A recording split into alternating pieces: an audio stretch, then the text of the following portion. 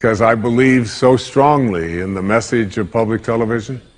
I believe so strongly in the idea that we have a spiritual deficit in this country, and that we don't have an information deficit. There's plenty of that, but there's a deficit of spirit, a deficit that says there's not enough of us that feel connected to the highest and the greatest part of ourselves.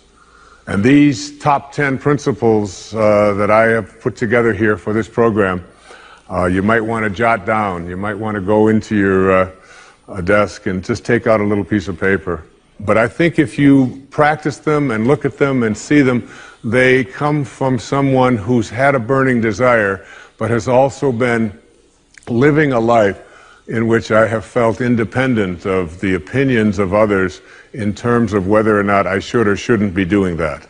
There's something that I allow to consult myself, within myself, rather than looking outside to see if this is right or not. And so let me just I'll number them and I'll go through them and I'll give you some examples of them, and you decide whether they're to your liking or whether they work or not. The first of these principles came from a Vedantic scholar in the 10th century. His name was Tilopa.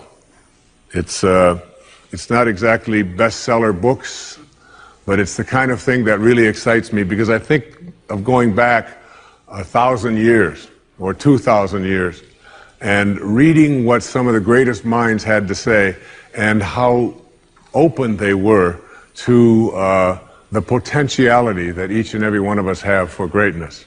And this first principle says, as Tilopa put it, have a mind that is open to everything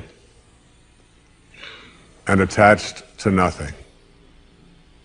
One of the central principles of my life is that no one knows enough to be a pessimist about anything. And that each and every one of us, when we close our mind to what is possible for us or what is possible for humanity, closes off the genius that resides and lives in each and every one of us. Having an open mind doesn't necessarily mean finding fault with all of the things that you've been taught by others. It means opening yourself up to the potentiality and the possibility that anything and everything is possible. So having a mind that is open to everything and attached to nothing really means finding within ourselves the ability to get rid of a trait that I find so common in the contemporary world. Do you know that most people that I meet spend their lives looking for occasions to be offended? They actually are out there hoping that they can find some reason to be offended. And there's no shortage of reasons. They're out there everywhere. The way this person dressed, what this person said, they turn on the TV, they hear the news, they're offended by this, someone used language that they didn't like, someone doesn't share the same customs that you, and people all day long. In fact, if you keep track tomorrow, you will find probably 100 reasons that you can go around being offended. But a mind that is open to everything and attached to nothing is a mind that says, I'm never looking for anything to be offended by. And that whatever anybody else out there has to say, my response to that is, that's an interesting point of view. I've never considered that before. I remember being interviewed for a morning television show, and the woman that was interviewing me said, how does it feel to be talking to audiences where people have all of these strange beliefs, these weird things that they come to? And it intrigues me, because one of the things that Emerson said is, in one of his very first essays, he says, the first thing we have to say respecting what are called new views here in New England, where we are right now, is that they are not new, but the very oldest of thoughts cast into the mold of these new times. And that was in 1842. He was speaking about that. And this woman asked me the question, she said, doesn't it offend you that there's people out there and they're talking about people using crystals to heal somebody? And I remember my response. My response was that if I've got hemorrhoids and somebody out there is convincing me that crystals are going to heal them, I'm ordering crystal chairs. Why not? I mean, all you have to do is understand something called a placebo. And what is a placebo? It's nothing more than a convincing belief. If I hand you this pill and say this pill is going to cure your arthritis, and you take it and the pill is just a sugar pill, but your arthritis disappears, I'm into buying those placebos. Where can I get some of those placebos? And it's true of everything. And it's when you think about all the things that we enjoy and what our life is like, it took people who had a mind that wasn't closed to allow us to make the progress that we've made. Progress is impossible if you always do things the way you've always done things. But the other word in this, what Talopa said, is be attached nowhere. Be attached nowhere. Attachment really means I am deluding myself into a belief that if I can't have or if I can't do this or that thing, then somehow I am going to become immobilized. So an open mind that is detached. In my most recent book, in A Spiritual Solution to Every Problem, I have an observation. And it's an observation from Anthony DeMello, a man I respect enormously, a priest, who,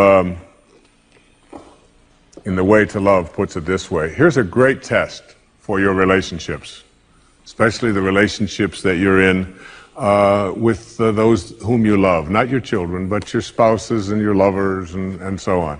Try this test on for size. 1, I am not really attached to you at all. I am merely deluding myself into the belief that without you, I will not be happy. And 2, and here's the toughest test for non-attachment, I leave you free to be yourself, to think your thoughts, indulge your tastes, follow your inclinations, behave in ways that you decide are to your liking. How's that for a challenge? And so what most of us do in our relationships and why they are not as successful as we would like them to be is that we become attached and we tell ourselves that if this person behaves in a way that I find offensive, then I can't be happy. I make my happiness, my fulfillment dependent upon those people that I love being what I think that they should be. And detachment doesn't mean being a victim. It just simply means I know that I can make my life fulfilled and happy by having a mind that is open to everything and attached nowhere. The second principle is a very simple principle. It says you can't give away what you don't have. Now it sounds ridiculous, okay? But it's more than what meets the ear as you hear this. You can't give away what you don't have. People who are not good at giving away love can't give away love because they don't have it to give away. If I want to give you a dozen oranges, I can't give you those dozen oranges unless I go out and pick up 12 oranges someplace. Otherwise, all it is just empty rhetoric. And the same thing is true of virtually everything in your life. You can't give away love for others if you don't have love in here to give away. If what you have in here is contempt, if what you have in here is anger, if what you have in here is fear, then these are the things you're going to be giving away in your life. And I've often thought And I really believe very strongly that there's a law, sort of a law in the universe. I call it the law of attraction. And the law of attraction is one that works like this. You get back from the universe, from the world, what it is that you put out there in the world. And if you're putting out there into the world that I am not worthy of attracting something beautiful into my life, that the universe will respond back to you with exactly that message. And there are people who come to me and who came to me for years when I had my own counseling practice and so on, and they would say to me, I just keep attracting the same kind of people, the same kind of events, the same kind of losers into my life. Why is that? Why do I keep doing that? And I keep attracting an absence of abundance. I just can't seem to attract abundance into my life. I'm always behind the 8 ball. I'm never getting ahead. And I suggest to them, I said, did it ever occur to you that that's the very kind of message you're sending out to the world and out to the universe? That the ocean of abundance is there. And you can go to that ocean of abundance and you can take a Mack truck and you can fill it up 20 times a day and take it out of there, and guess what? It doesn't impact at all the ocean of abundance. It doesn't even go down a zillionth of an inch. It's unlimited. Or you can go to the same ocean of abundance with a eyedropper, and you can just take this much out once a month and say, that's all that seems to be available for me. And the interesting thing for me is that when people go to this ocean of abundance, this unlimited world, all that I have is thine, it says in the holy books. All that I have is thine. It's all there for you. But if you believe inside that it's limited, that you can only get so much, that other people are going to get it before you do, then you'll find yourself creating that very same thing. And the even more interesting part about this, you can't give away what you don't have principle, is that if your message to the universe is gimme, gimme, gimme, which is a lot of people's message to the universe. I want this from you, I want that from you, please give me this, I have to have that. That's what their prayer is like, that's what their message is, and they say, I want this from the universe, give me, give me, give me. The universe's response back to that kind of a mentality is exactly the same. The universe will say right back to you over and over again, gimme, gimme, gimme. And you'll find yourself never ever arriving, but always being in a state of striving, always feeling as if you're being neglected, never feeling as if you have enough, always feeling as if you're being shortchanged, because you're constantly under the pressure to give, to get back what the universe is demanding from you. And the interesting thing about all of this, the irony of this, is that if you shift that and you say to the universe, to the world, how may I serve? How may I serve? The universe's response back to you is, how may I serve you? How may I serve you? And it's very intriguing. When you take your energy and your attention off of what you are demanding from the world, and instead saying, what can I give to the world? And it's really the basis behind that very famous line of the President John Kennedy's inaugural address. Ask not what your country can do, ask what you can do for your country. And the irony of that is, and I've learned that in my own life, that when I stopped thinking about what was in it for Wayne Dyer and how much could I get, and I began to shift and say, how can I help you? How can I give to you? What can I do for you? And people who write to me, I send them something. When I encounter somebody that needs help of some kind, I'm very often just giving that to them. And then I find that it just keeps coming back into my life. And once I shifted that energy off of what can I have into what can I give, it seemed to me that the universe responded back with the very same message. What can I give to you? And the most incredible and wonderful and beautiful abundance has flowed into my life in every way that I can possibly think of. You can't give away what you don't have. So take a look at an inventory of what you do have. How much do you love yourself? How much kindness do you have in you? How much peace do you have in you? How much joy do you have in you?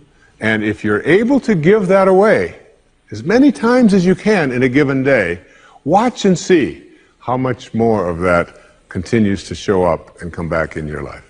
Okay? The third principle is one of my very favorites. It's called, there are no justified resentments. And this is a very difficult principle for many people to get, but one that I believe very strongly in. I was in a group one time of drug addicts and alcoholics. And I was one of the people that was a sponsor and leading this group. And the sign on the wall said, there are no justified resentments in this group. And what I said to that group that night was, no matter what anybody says to you here, no matter what kind of anger comes directed towards you, no matter how much hate you may encounter showing up in your life, there are no justified resentments. Meaning that if you carry around resentment inside of you about anything or about anyone, and I'm talking about the person that you lent money to and hasn't paid you back, I'm talking about the person in your life that you feel was abusive in your life, I'm talking about the person who walked out on you and left you for somebody else, I'm talking about all of the things that you have justified in your heart and in your life that you have the right to be resentful about. And I'm suggesting to you that those resentments will always end up harming you and creating in you a sense of despair. I've often said that no one ever dies from a snake bite. The snake bite will never kill you. You cannot be unbitten. Once you're bitten, you're bitten. But it's the venom that continues to pour through your system after the bite that will end up destroying you. So now you have to take a look at all of the resentments that you may have in your life. And I'd like to suggest to you that I think there is a wonderful metaphor for this that I have created in my life for how to make this work. And I think that Regis Philbin is the one who's responsible for it. All right? My buddy Regis. There's a show called Who Wants to Be a Millionaire that has been popular all over the world. I'm in South Africa, it comes on. All right? I was in Australia, and they've got their own Australian version. And in Greece, they have the Greek edition of Who Wants to Be a Millionaire.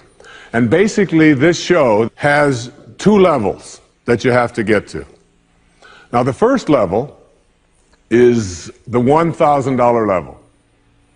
And at the $1,000 level, you basically have to answer a question like, on your hand, you have some digits. Those digits on your hand are called your feet, your nose, your ears, your fingers.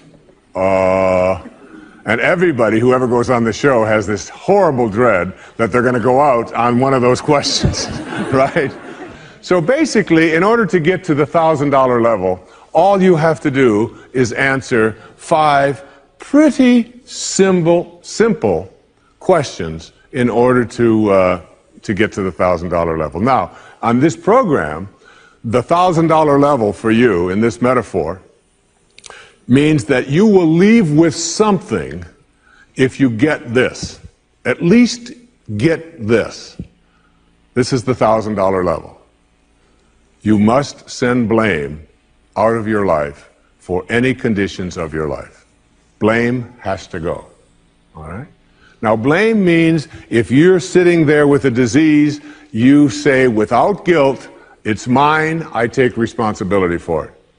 This means that if you have been through any tough circumstances in your life, this means if you have a minimal amount of financial security in your life, this means if your children don't get along with you, this means that if your neighbors are taking up a petition to get you out of the neighborhood, whatever it might be that's going on in your life, you name it, and everybody across this great country and across this world has a series of these things that you're willing to say, I am here because of the choices that I have made right now. I'm willing to say that. Even though it's difficult, and we know it's really not your fault. We know really there's a lot of people out there who are really bad, all right? But you're willing to say no blame. That's the first level, all right? That's where you understand no justified resentment. And then on the Who Wants to Be a Millionaire show, there is what is called the $32,000 level. And the $32,000 level is not only an opportunity for you to walk away with a sizable amount of goodies, which you can walk away from tonight in this program, but it also is the door opener to multi-wealth. But you got to get to this in order to have an opportunity to move into these transcendent levels, all right? Millionaire spiritual status, all right?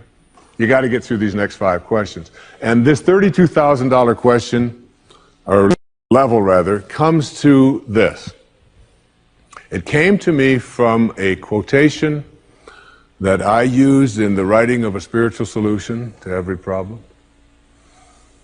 I read a book that was written a couple of thousand years ago by Patanjali, the Yoga Sutras, the aphorisms of Patanjali. And one of those sutras, one of those aphorisms, observations that this brilliant man made almost 2,000 years ago, was this. He said, if you become steadfast in your abstentions of thoughts of harm directed towards others, all living creatures will cease to feel enmity in your presence. Now this translates to blame, pretty basic, no more blame. I'm just not going to assign responsibility to other people for where I am, because now I have an opportunity to get rid of it. If I think someone else caused it, then I've got to wait for somebody else to change in order for me to get rid of it, and you might wait forever for that. But if I take responsibility for it, I can do something, including move on, which might be the most important thing to do.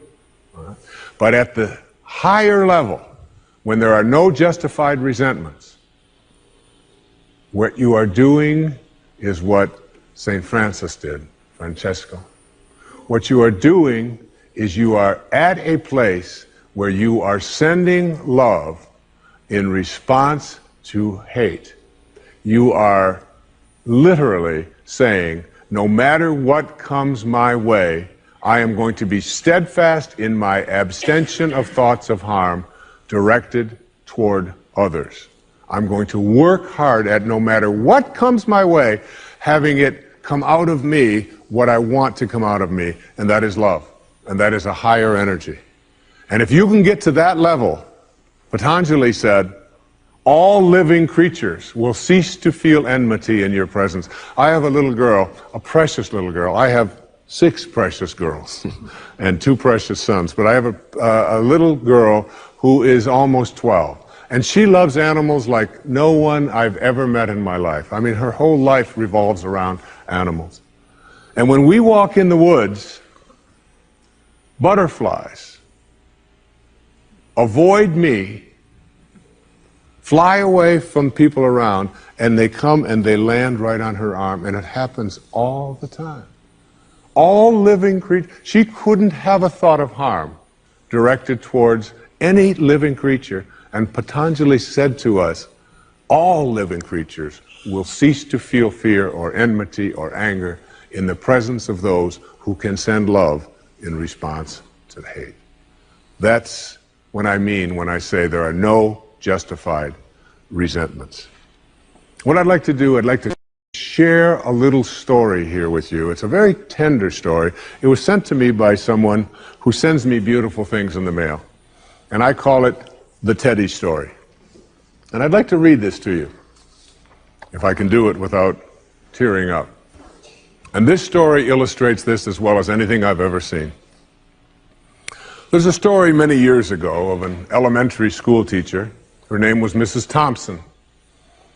As she stood in front of her 5th grade class on the very first day of school, she told the children a lie. Like most teachers, she looked at her students and said that she loved them all the same.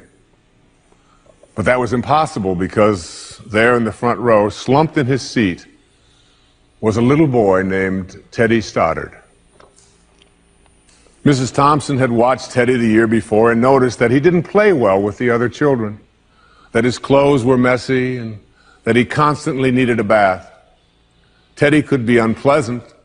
It got to the point where Mrs. Thompson would actually take delight in marking his papers with a broad red pen and making bold X's and then putting a big F at the top of his papers. At the school where Mrs. Thompson taught, she was required to review each child's past records, and she put Teddy's off until last. However, when she reviewed his file, she was in for a surprise. Teddy's 1st grade teacher wrote, "Teddy is a bright child with a ready laugh. He does his work neatly and he has good manners. He's a joy to be around." His 2nd grade teacher wrote, "Teddy's an excellent student, well liked by his classmates, but he's troubled because his mother has a terminal illness and life at home must be a struggle." His 3rd grade teacher wrote, "His mother's death has been hard on him. He tries to do his best, but his father doesn't show much interest, and his home life will soon affect him if steps aren't taken." Teddy's 4th grade teacher wrote, "Teddy's withdrawn and doesn't show up much interest in school. He doesn't have many friends, and sometimes he even sleeps in class." By now, Mrs. Thompson realized the problem, and she was ashamed of herself. She felt even worse when her students brought her Christmas presents wrapped in beautiful ribbons and bright paper, except for Teddy's. His present was clumsily wrapped in heavy brown paper that he got from the grocery bag. Mrs. Thompson took pains to open it in the middle of the other presents. Some of the children started to laugh when she found a rhinestone bracelet with some of the stones missing and a bottle that was 1/4 full of perfume. But she stifled her children's laughter when she exclaimed how pretty the bracelet was, putting it on and dabbing some of the perfume on her wrist. Teddy Stoddard stayed after school that day just long enough to say, "Mrs. Thompson, today you smell just like my mom used to." After the children left, she cried for at least an hour. On the very day, she quit teaching reading, writing, and arithmetic, and instead, she began to teach children. Mrs. Thompson paid particular attention to Teddy. As she worked with him and his mind seemed to come alive, the more she encouraged him, the faster he responded. By the end of the year, Teddy had become one of the smartest children in the class, and despite her lie, became one of her teacher's pets. A year later, she found a note under the door from Teddy telling her that she was still the best teacher he ever had in his whole life. 6 years went by before she got another note from Teddy. He then wrote that he had finished high school 3rd in his class, and she was still the best teacher he ever had in his whole life. 4 years after that, she got another letter saying that while things had been tough at times, he stayed in school and stuck with it, and would soon graduate from college with the highest of honors. He assured Mrs. Thompson that she was still the very best and favorite teacher he ever had in his whole life. Then 4 more years passed, and yet another letter came. This time he explained that after he got his bachelor's degree, he decided to go a little further. The letter explained that she was still the best and favorite teacher he ever had, but now his name was a little longer. The letter was signed Theodore F. Stoddard, M.D. But the story doesn't end there. You see, there was yet another letter that spring. Teddy said he'd met this girl and was going to be married. He explained that his father had died a couple of years ago, and he was wondering if Mrs. Thompson might agree to sit in the place at the wedding that was usually reserved for the mother of the groom. Of course, Mrs. Thompson did, and guess what?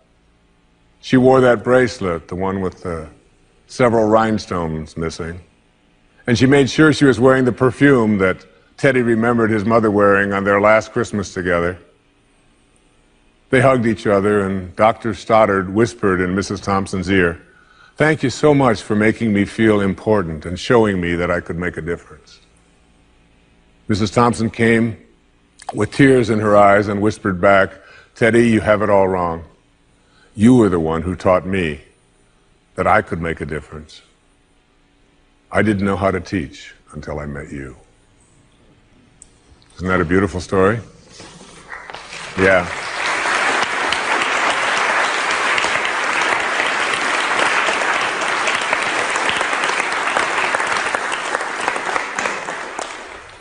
That symbolizes there are no justified resentments. Work at reaching that $32,000 level, the place where the only thing you have to send is love, because that's what's inside. And that's the message of our greatest spiritual teachers. That's all they ever had to give away. The next principle I call "Don't die with your music still in you."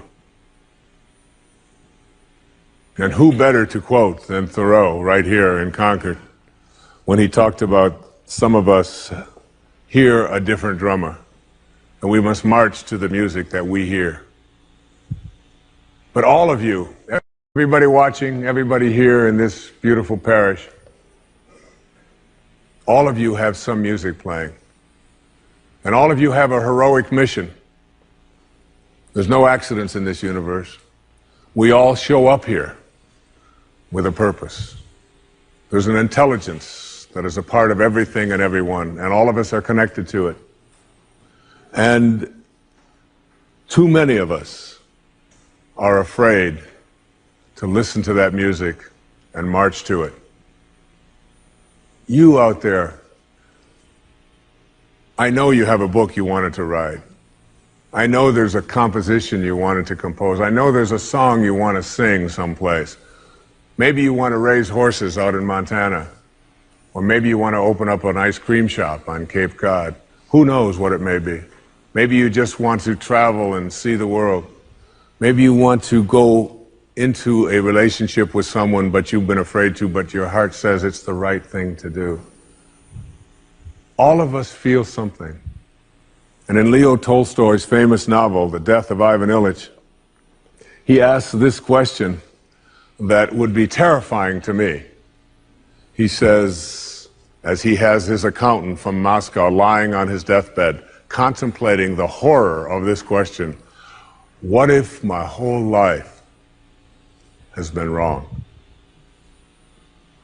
I've known what my music is. It's playing right now. As I stand here in front of you with these cameras and in this place, and as I sit down and write my books and tell the world what I know are my truths, I feel always completely on purpose and fulfilled. And no time will I ever come to the end of my life and say, what if my whole life has been wrong?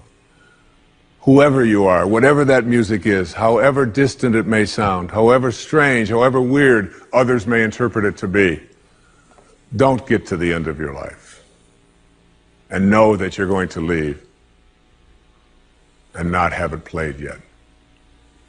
Don't die with your music still in you. It's the message of the greatest teachers who've ever walked among us. It's the message I give to you today as one of the principles for success and peace in your life. The next principle I call embracing silence.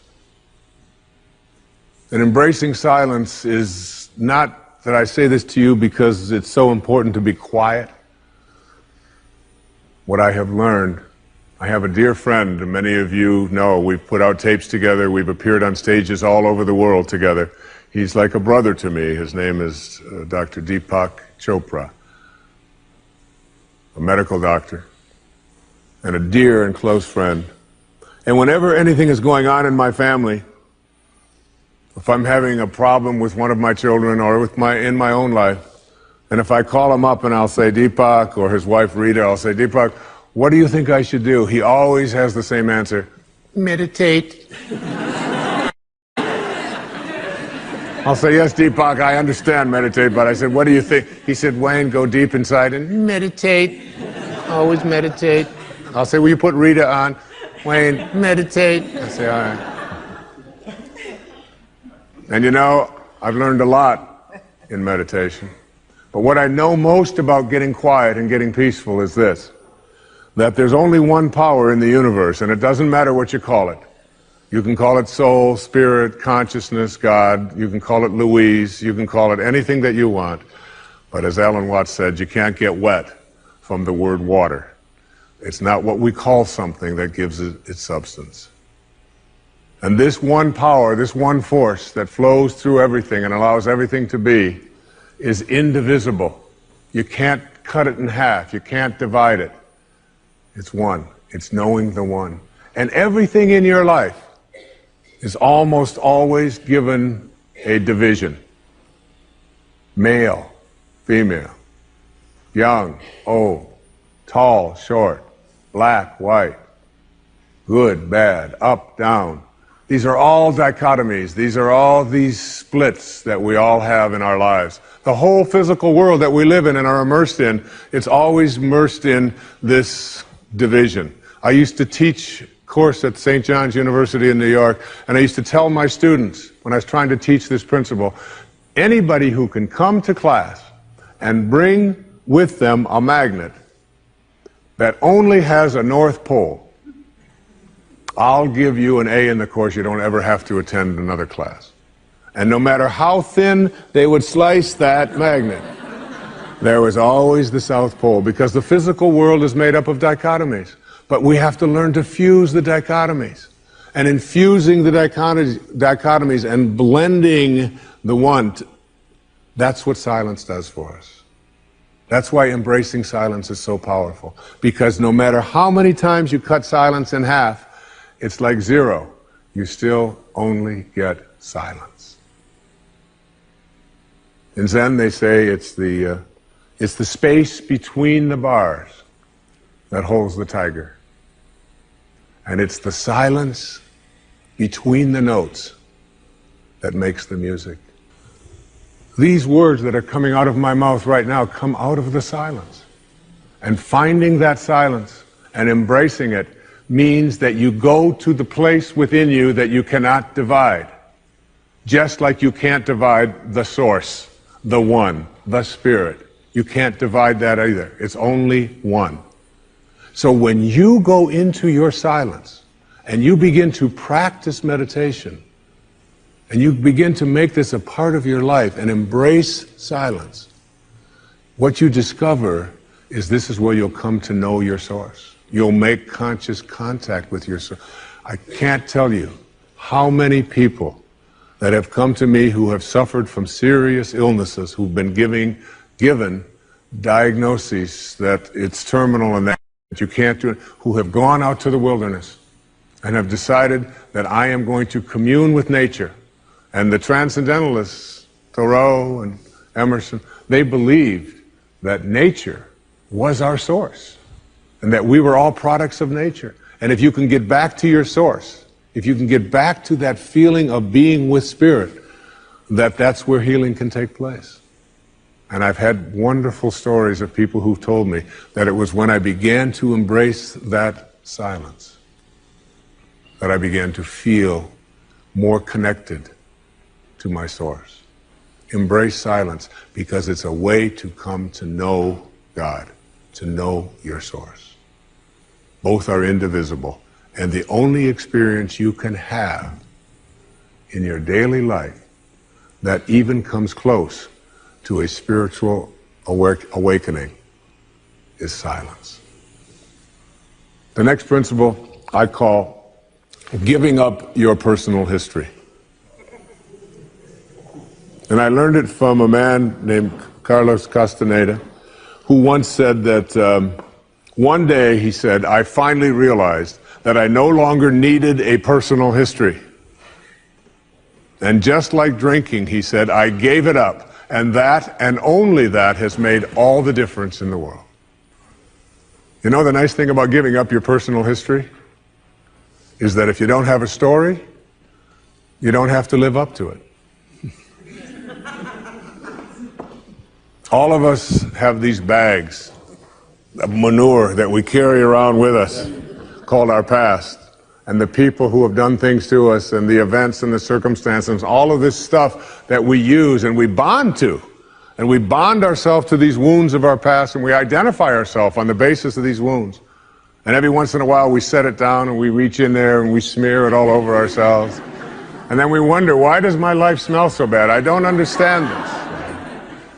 When in fact, the now, this moment, merging yourself into the now, means that you may have been in a relationship. I had a woman from Holland who came over to see me, whose husband had left her after 25 years. She had 4 children, and she just had been on the verge of suicide. And she was losing weight, and she was depressed, and she was taking all kinds of drugs for it, and she was getting sicker and sicker because she just couldn't get over it. And she came to a book signing that I was doing at a bookstore down in Florida. And she said, you've got to say something to me. You've got to say something to me that will help me to get over this. And I told her this line. I said, give up your personal history. Merge yourself here, now, into this moment. And those 25 years are something, if you want to understand how to do it, think of your past as, oh, this hat. And this is your past.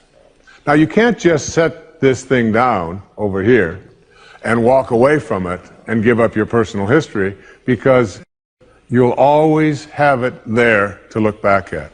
What you do is you pick up your past and you embrace it. You understand it, you accept it, as I had to go through these things that I had to go through in order for me to get to this place today, and the evidence for that is that I did. You don't need any more evidence. You did. And then you toss it. You toss it. You embrace it, and you toss it. And you merge into the now by giving up your attachment. And some of you have heard me use the metaphor of the wake. Alan Watts talked about the wake is not what drives the boat. The wake is just a trail that is left behind. That's all it is. And so is the wake of your life. And the wake doesn't make the boat go, and neither does the wake of your life the reason why your life is going in the direction that it is. The wake is a trail that is left behind, and it's an illusion to believe that it is the cause of your suffering or your struggles or your difficulty. Give it up. Let it go. Embrace it, understand it, get help doing that if you must, and then move into the now. The next principle I call, it's from a line of Albert Einstein. He said, you can't solve a problem with the same mind that created it. In order to work at solving these things called problems in your life, you have to change your mind. It is your mind where they live. It is your mind that created them. There is where you experience them. They're all illusions. You must change your mind. Literally rewrite your agreement with reality. One of the things I had said earlier is that one of the most difficult things to do in the world is to admit that you were wrong. Admitting that you were wrong is nothing more than saying, I have been making choices with my mind that have created things in my life that are not working. And I no longer intend to continue making those choices. I was wrong. You don't have to make a declaration of it. You don't have to go out and feel guilty about it. You just simply say, it didn't work. The relationship that I was in before, I behaved in these ways. I didn't realize that it wasn't working for me. Now I do, and this is where I choose to be now. The secret of a successful relationship is, to me, understanding that you put your attention and your energy in a person on what you love rather than what you don't love. Robert Frost said it so beautifully. We love the things we love for what they are. For what they are. Not for what they ought to be, not for what they used to be, but for what they are. So when you look into the eyes of a person you're in a relationship with, whether it's your children, you catch them doing things right as much as you possibly can. That's oftentimes takes a lot of hunting, but you'll find it. And when you think that my relationship isn't working, remember, it's in my mind. What am I thinking about that person? And if I could just change my mind and put my thoughts on what I love about this person and keep them there, that makes the relationship flourish. And there are people who go through their entire relationship history with no anger, no hatred, no bitterness, and only love. The next principle is, I call it, treating yourself as if you already were what you would like to become. In other words, you get out in front of your life and you see yourself as having already what you know you'd like to have and deserve to have. My children know how to do this perfectly. I have a daughter who wanted a prom dress, and the prom dress was way outside the budget that I thought a prom dress should be. Well, I thought a prom dress shouldn't cost over $20, so I do have a problem, right? But I upped it to somewhere around $250. I don't know how much, whatever. To me, it was still more than I paid for my first house, okay? But at any rate, she called and said, Dad, this is the only prom dress I could wear. I've got to wear this prom dress. If I don't wear this prom dress, it's just on and on and on with this wonderful. You know, I saw a wonderful book about how to raise teenage daughters. The title of it is Get Out of My Life, but first drive me and Cheryl to the mall. All right, that's the actual title. It's a good book. And so I told Serena, I said, it's just beyond the budget. I've got a certain amount of money that I'm willing to put for it. And she said, but I've already seen myself wearing it. I've already tried it on. I have a picture of myself in the dress in my living room, and I've already showed it to the guy who was taking me to the prom. I mean, it was this whole thing about, and she already saw herself in it. I said, well, if you see yourself in it, then you're going to have to also see yourself as earning the difference between what I'm willing to pay. And she drew up a contract. She went onto the computer, and on the background of the computer, you know, where they have these little background things they put on, there was 500 pictures of the dress, all right? And she signed a contract and said, I'll babysit, I'll do this, I'll do that, and I will pay the difference. And she did. And she wore the dress because she understood that you treat yourself as if you already are what you'd like to become. There's a genius in you. You have to treat yourself as if you already were that genius. There's something you're completely capable of. See yourself as already there. Then you'll act upon those thoughts, because the ancestor to every action, said Emerson, is a thought. The next principle is called treasuring your divinity. Treasuring your divinity. There's a wonderful observation that I saw from Emerson in Self-Reliance. It's about trusting your divinity, knowing that you are connected to your source, knowing that you are a divine creation and that there are no accidents. He said, a man should learn to detect and watch that gleam of light which flashes across his mind from within, more than the luster of the firmament of bards and sages. Yet he dismisses without notice his own thought, because it's his own. In every work of genius, we recognize our own rejected thoughts. They come back to us with a certain alienated majesty. We often reject our thoughts, and we see the things that we think of as grand and as genius, and we reject them because they're our own. Treasuring our divinity instead of being terrified of it. Knowing that I am always connected to my source. There is no way that I cannot, because it is in you, and I am in you, and you are in me, and you can never be separated from it. There is no place that this source is not. It grows everybody's fingernails. It beats everybody's hearts. It digests everybody's foods. It opens all the flowers. And you're always connected to it. And finally, the last principle I call wisdom is avoiding all thoughts which weaken you.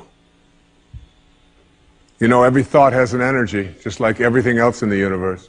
And if you have a thought of shame, it will weaken your muscles. And what is your heart but a muscle? If you raise a child who believe in shame and feel ashamed of themselves, every time they think that shameful thought, they will be weakened.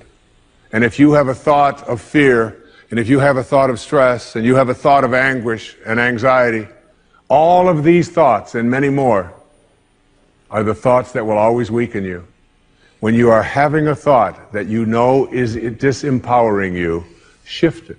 Shift it to one that is empowering rather than disempowering. And the thoughts that empower are thoughts of neutrality and willingness and love, and ultimately thoughts of divinity. And when you see a troubled person who is out there struggling at the highest level of unity consciousness or God consciousness or spiritual consciousness, you recognize yourself in all that you see. There, but for the grace of God, go I. And I am connected to that person. Changing your thoughts. I appeared on the Tonight Show many years ago, several times, quite a few times. And I remember coming home from the Tonight Show, and I was walking along the beach, and they had taped the show the night before, and I was out for a walk, and a woman who lived in the Northeast stopped me, and she said, "Didn't I see you last night on the, how could you be here?" I said, "Well, I flew the red eye, and I was walking along." And she said, "You know, we're moving down here." She said, "What are the people like here? What's it like?"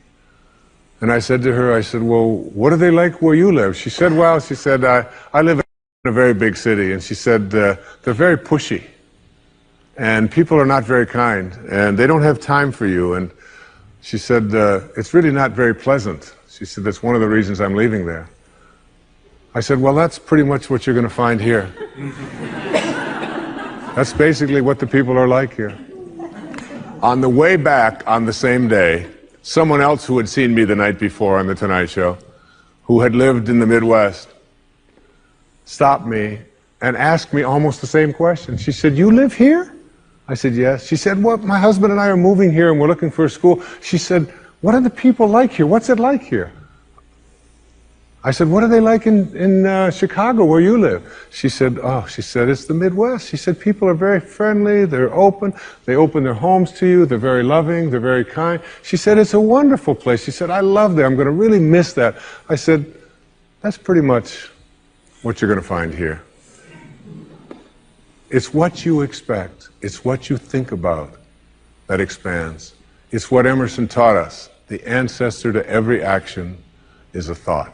Change your thoughts, and you change your world. Change your expectations, and you change around what you begin to manifest and see showing up in your life. Thank you very much.